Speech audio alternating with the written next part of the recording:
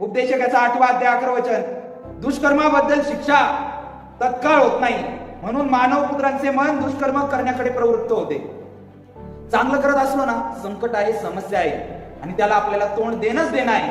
परंतु वचन आपल्याला उपदेशक 8:11 मध्ये सांगत आहे, दुष्कर्माबद्दल शिक्षा तत्काळ होत नाही, म्हणून मानव पुत्राचे मन दुष्कर्माकडे प्रवृत्त होते. कुठली गोष्ट घ्या, ज्यांनी दुष्कर्म केलेलं आहे, मोठं असं पाप केलेलं आहे, कोर्टापर्यंत गेला आहे, लगेच निकाल नाही, दीर्घ काळ लागतो, खूप साऱ्या दिवसांची प्रतीक्षा करावी लागते. आणि म्हणूनच पाप जे आपण आज वाढताना बघत आहोत ना, याच कारणामुळं पवित्र शास्त्रामध्ये सांगितलेलं आहे, ही जी प्रवृत्ती वाईट वाढत चाललेली आहे ना, पाप वाढत चाललेला आहे ना, त्याचं कारण दुष्कर्माबद्दल शिक्षा तत्काळ होत नाही, म्हणून मानव पुत्रांचे मन या गोष्टींकडे लागलं आहे. आज प्रभू येशू ख्रिस्ताच्या काळामध्ये चूक जर केली, गुन्हा जर केला, काय शिक्षा होती?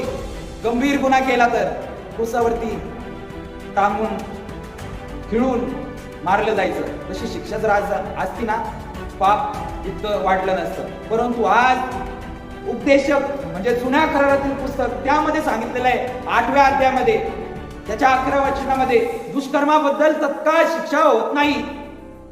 पवित्र शास्त्रातील गोष्टी आज सत्य अशा आपल्याला आढळून येत आहेत, होताना आपण पाहत आहोत.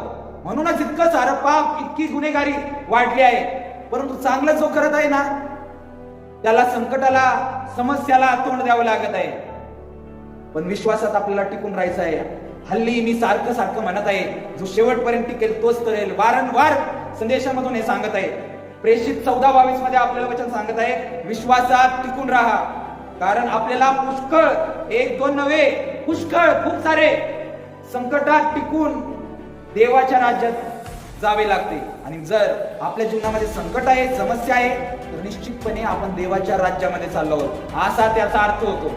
म्हणून विचार करू नका संकट काय, समस्या काय, देव राज्याकडे आपली वाटचाल चालली आहे. चांगलं करून देखील जर दुःख आहे, तर देव राज्यामध्ये जाण्यासाठी देव बाप आपल्या स्वतःला मार्गक्रमण करत आहे असा त्याचा अर्थ होतो.